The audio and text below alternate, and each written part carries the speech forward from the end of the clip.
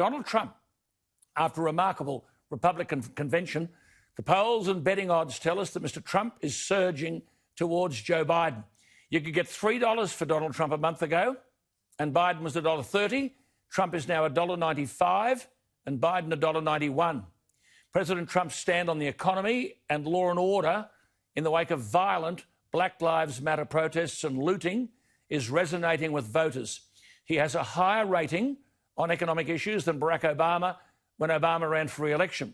And the betting markets have moved decisively in favour of President Trump. In fact, the violence in a number of Democrat-controlled cities, including New York and Chicago, is now overshadowing coronavirus as the central issue of the campaign.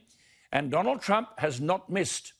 A campaign rally in New Hampshire at the weekend, Mr. Trump escalated his attack on Mr. Biden and the protesters when he said, quote, "Today's Democrat Party is filled with hate.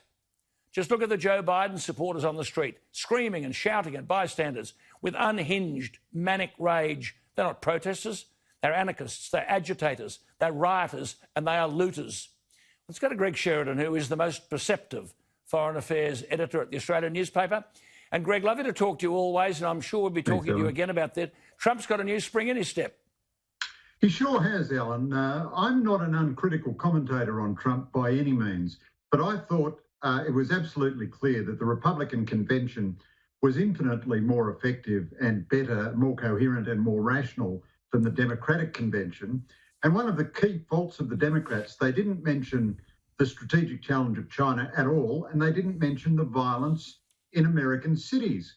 Now, it's all very well for them to have their progressive position on identity politics and all that, but they've got to be against violence. They've got to be against looting and burning and murdering and rioting. When this sort of thing happened under Barack Obama, Obama didn't hesitate to call such people violent thugs and say they discredited the causes that they were associating themselves with. But Biden and Kamala Harris and all the Democrats didn't mention it during their convention, and the polls are unanimous. They have tightened towards Trump.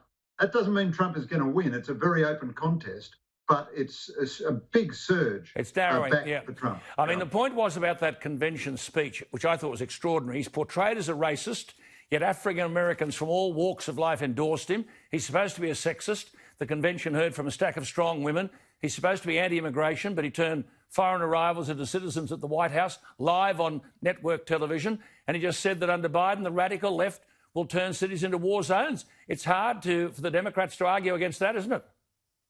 Well, that's right, Alan. I think the charges against him for being a sexist are much more substantial than the charges against him for being a racist. I just don't think you can sustain the charge that Trump is a racist. You know, he made that speech at Mount Rushmore a couple of weeks ago, and it was the most beautiful liberal speech you could possibly imagine. He was saying race should have no part in how we think of people, celebrating all kinds of African-American heroes and so on.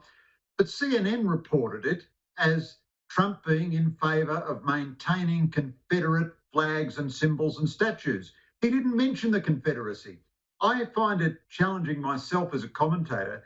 Anything that is ever said about Trump, you have to triple check that he actually said it. Now, having said that, he does say some crook things. I mean, you know, I'm not going to gild the lily here. He says some things that I don't think any president or any person should say. But I don't think, not on race, I see no evidence at all to support the proposition that Trump is a racist. And the thing that matters, the thing that matters, Greg, of course, is the economy, isn't it, to every American? Yeah. And we've got millions of jobs created in May and June.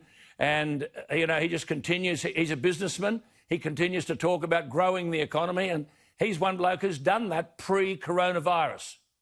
You're absolutely right, Alan. Wonderful pictures you just showed there, by the way, of policemen getting up and clapping. Yeah. At the last election and at this election, I believe every police union which has expressed a view in the whole of America is backing Trump. That's very dumb for the Democrats to be in a position where not a single police association thinks they're worth a vote.